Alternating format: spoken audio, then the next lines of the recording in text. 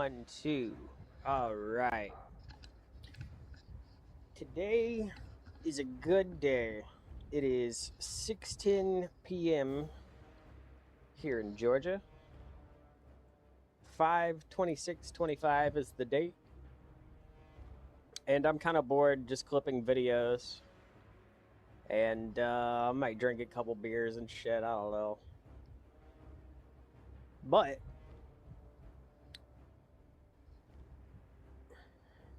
I don't even know where to begin this story, to be honest. In 2019 Classic, I was on a lot of people's shit list because I hard reserved the Baron Rivendare mount. Because, I did like my first couple hundred runs for free, and then after like run 400, I got paranoid thinking I was just going to grind out somebody else's mount. So I started hard reserving it and shit, and it made a lot of people mad at me. Like, a lot. I must have had like half the server on ignore. And it was rough. It was rough trying to form strat groups because of that. And it was also rough afterwards trying to do the Scarab Lord event with, like half the fucking server having me on ignore and shit. And it's frustrating, like, especially with the knowledge that, like, you actually fucking tried. It's crazy. So that happened. I was blacklisted from everybody for fucking literally shit-ass reasons. And I made this Discord channel so I could basically document shit like that. And I've got a decent amount of people in there, a couple hundred or so. Just over the years playing with WoW. But anyways, I wasn't allowed to join any of the top guilds. And then our guild, which was number 3 on the server, we had like a roster issue, so we disbanded. And then trying to join other guilds after that was kind of problematic. But there's this one guild called Oath. And at the time, they were kind of a meme, for lack of better words. We hadn't really pushed progression too crazy. But these people from Oath hunted down my character in Ironforge because I had a bitchin' role-playing set. I had like this Death Knight set, and I was basically World of Warcraft Classics only Death Knight. I'll actually have to reinstall retail so I could log in and show you that. Or not retail, but fucking the other thing where Classic went off to. Cataclysm Classic or whatever. That's where the character went. So they found my bitchin' role-playing set, and they walked up and fucking literally chased me like halfway across Ironforge, and they recruited me right there on the spot. And then when that happened, people would literally, it used to just be oathtruth.com, but this website, it was up for like 3 years. I swear to God, it was up for like 3, maybe 4 whole years. And then when I went back to check, about after that long, he had finally taken it down, but you could still access it through the Wayback Machine. And this is probably some of the funniest fucking shit.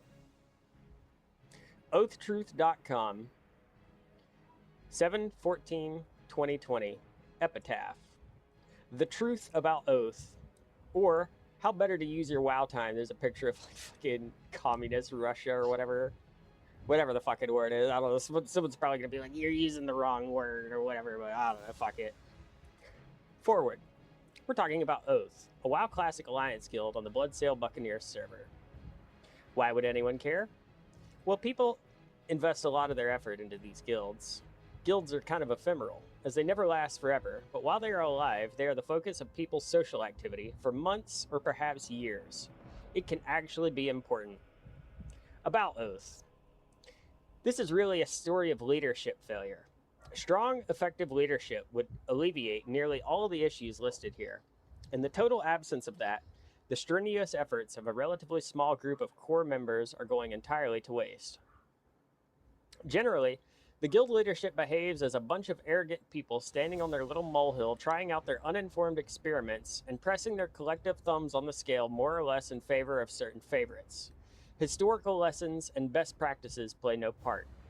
To use a car analogy, might as well paint the windshield black because they couldn't care where the direction they are driving is going to lead. It's going to be their will and petty desires overriding reality and the best interests of the guild and its membership. Is, the nominal guildmaster, is out to lunch in terms of actual guild leadership. He likes being a raid tank, and that's about it. This was a great guy, by the way. Ivlef is the enforcer, creating a culture of fear where no one wants to speak out about the obvious failings of the guild. He's also the creator of the infamous changes in guild structure that happen periodically. Wake up one morning, log in, and things have changed, and you have to ask a bunch of questions to figure out what and why changed, and carefully, because if you are the least bit critical, you'll get thrown out by him. That's fucking crazy. I want to make abundantly clear that the entire team of officers is infected with this arrogance. It's frankly immature leadership climate. Yeah, it's the frankly immature leadership climate that causes it. In a fell swoop recently, the entire class lead structure was demoted, and no one even asked the question of why because of this culture of fear. Of course it wasn't communicated, because Oath isn't about communication. It's about lording it over the plebs, at least to the officers. Then, when confronted by the demotion, the class leads were all silent because they'd been cowed into submission, and if they weren't submissive to start with, defying the whole definition of leader. I challenge you to name another place where such a move would be acceptable and accepted, short of Nazi Germany or Soviet Russia, I mean, or maybe some minimum wage job with an asshole manager. And this in a place powered by volunteer effort. Wait till bro sees the military. Jeez. The leadership of the guild is unable to take effective action about any of their real problems, except someone pointing out the leadership sucks. Then, when they take decisive action to protect their overinflated egos / G-kick. Essentially, that's why I'm free to write this now. I have to chuckle a bit at the name of one of the guildmaster's alts, Enslave, kind of like what they want to do with the membership, BLM. So about those real problems, consistent wiping to trash. Mainly it's because people are not paying attention. It's not even bosses most of the time, it's trash. Pulling more and more trash until everyone dies is the usual way it goes. There's no good reason for it except negligence and lack of discipline. I've rarely run into such an undisciplined guild. Can't even bunch up for lava surgers in MC. Literally idiotic behavior. No actual loot system. They can't figure out a loot system. They use EPGP for MC and BW well, in theory, but half of the gear is loot cancelled.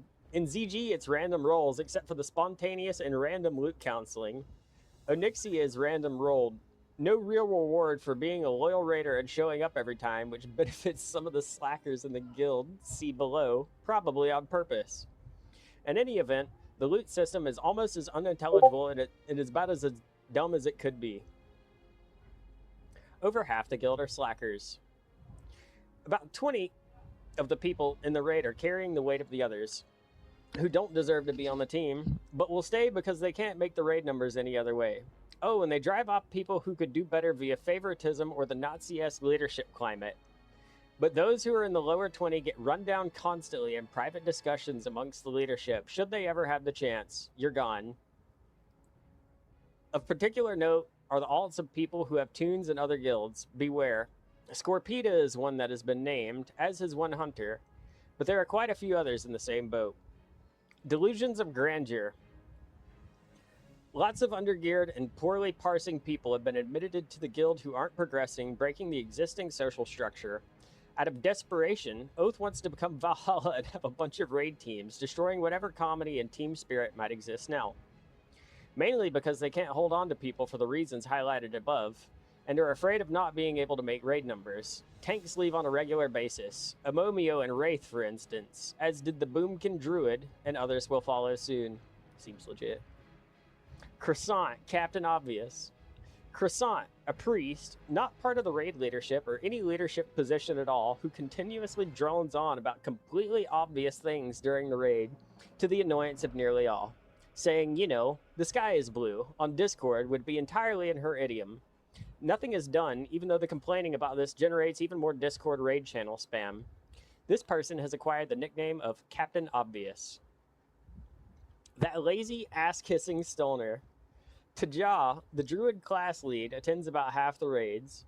In addition, this individual is a heavy marijuana user and is stoned for nearly all events.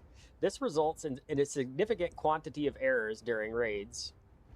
and as this person is a feral tank, these errors will become wipes generally. Examples are poor positioning at Firemaw, causing the DPS and the healers to get hit by Shadow Flame and causing a wipe, or not wearing the Onyxia cloak when tanking Evanrock, Dookie, dying shortly thereafter again and causing a wipe with a Thunder Fury. He gets away with the incompetence and poor attendance by being an ass kisser with the officers, harking back to the poor leadership thesis. Wow, that's fucking crazy. Tripping the DPS, fantastic. Mika, the top DPS warlock, is a heavy user of psychedelic mushrooms and consumes them during raid, making him unpredictable, and will quite often pull aggro before the raid is ready to pull. Communication is often impossible while he is high on shrooms. In addition, he fails up to show for raid on a regular basis after signing up. Also doesn't soulstone or curse mobs reliably, resulting in others picking up his assignments. Pulls aggro on a regular basis too, right off the tank. The fact that someone like this could survive in any guild regardless of their admittedly high DPS is more indication of poor leadership. Healing you to death. Healers are accustomed to healing at maximal rates and picking off the other healers' targets to get higher on the meters. Sounds like raid healing. Well, I actually talked to Haley about this, so it's like raid healing in general, but whatever. While this isn't much of an issue in MCZG/BWL, it will suddenly become a problem in AQ and beyond, where this guild's progression will stall due to an inability to conserve mana. I've literally experienced getting overhealed by 4K or 6 separate casts by 4K over 6 separate casts on me, and it's just accepted. The turning up of noses at MP5 gear when it drops in raid is going to seem ironic when the mana crunch happens. This assumes the guild doesn't fracture entirely before AQ nax, which is not an unlikely prospect. Forced respecs. One priest, Ophelia, a former member of Oath, was directed no less than 3 times to respec by Is and Ivleth within the space of 3 days. The respecs were between Shadow and Holy. Instead of saying we don't want you, which I think was the underlying message, they had her respec a few times and then she quit. Should give you an indication of the shitty, indecisive leadership. They did something similar to the recently departed Boomkin, Najala, and Gavelli, their quite excellent Shadow Priests, a 1-for-3 record. Dumpster. A real class act old-time player dispensed a lot of wisdom to the guild. We'll call him Dumpster, not because I like him. I do. Just because the innocent should be protected, and the name is very descriptive of what Oath leadership he has befriended has done to him. The Oath leadership, well, let's be blunt, really Carol, has determined that they don't want his main in the guild because he accurately criticizes the healers, see above, for their failings and lack of discipline. The concept, not the spec. In other words, they'd made a conscious decision to suck and ignore a guy who was generous enough to try and help them extensively. Also ripping his attitude constantly out of his hearing. He should know this, at least. I could keep writing about the shitty management forever, but you get the idea, right? What to do? Some ideas that occurred to me, in order of wisdom. If you are a non-Oath tune, or a new member of Oath, less than 2 months, 1. Find another guild on the server, then do a server transfer of your tune. AQ isn't going to happen anytime soon on Bloodsail Buccaneers. You can only transfer to PvE, normal, servers from Bloodsail Buccaneers, unfortunately. You might not be able to be the AQ opener if you transfer, but you could certainly run the instance after it is open. This is a serverless. Maybe I'll run into you there. Find another guild on Bloodsail Buccaneers. There's a ton of recruiting. Just answer the ads in trade or general. True, you'll be waiting a while for AQ, but maybe you'll have on-server friends who aren't leaving. Not that there seem to be many of those nowadays. You might miss the snake shaking behind the Goldshire Inn, or the dedicated RPing. If you are a current member of Oath and relatively long-standing, greater than 2 months, you probably don't want to leave your EPGP behind, even though it's next to meaningless given the non-loot system mentioned above. You might want to consider to get the leadership replaced. They're going to run the guild into the ground, but I doubt that their special combo of arrogance and egotism will cause them to let go until they've burned it all down. So you might want to try the list above and cut your losses. Either way, I'm sorry that you wasted so much time on this guild. I sure am. Contact. Hit me up on Discord if you know me. Otherwise, try extraphagus@protonmail.com. I'll answer what questions I can if you send them to me. Final note. If the leadership had not been such douchebags on my way out, I would have probably avoided posting this and just let them wallow in their own incompetence. Should show the leadership what turning the other cheek could have brought, especially when applied to someone who did you a lot of solid favors. But maybe they're too arrogant, self-absorbed, and perhaps just plain dumb to realize it. It may be that this website is the only memory of Oath in a year's time. Wouldn't that be ironic? I should probably give a shout out to COVID-19, which is largely the only reason this guild existed in the first place. Now that it's pretty much over and everyone's headed back to work, perhaps this is just a natural movement to the ash heap of history. Here we are. Here's Saffron's room. That was me. And here's us in Kel'Thuzad's room. Fun times. Here's my Death Knight set. You can kind of barely see it, but it was dripping. I had the Rune Blade of Baron Rivendare. Anyways, I had a great time in Oath, and I'm not sure. I'm not gonna write a script for any of this or anything. I'm just gonna record it all in one take. But I had a great time in Oath. I kind of hope to immortalize it on my YouTube channel a little bit, since oathtruth fucking kicked the bucket. Well, I'm gonna leave the link for oathtruth in the description if you want to read it.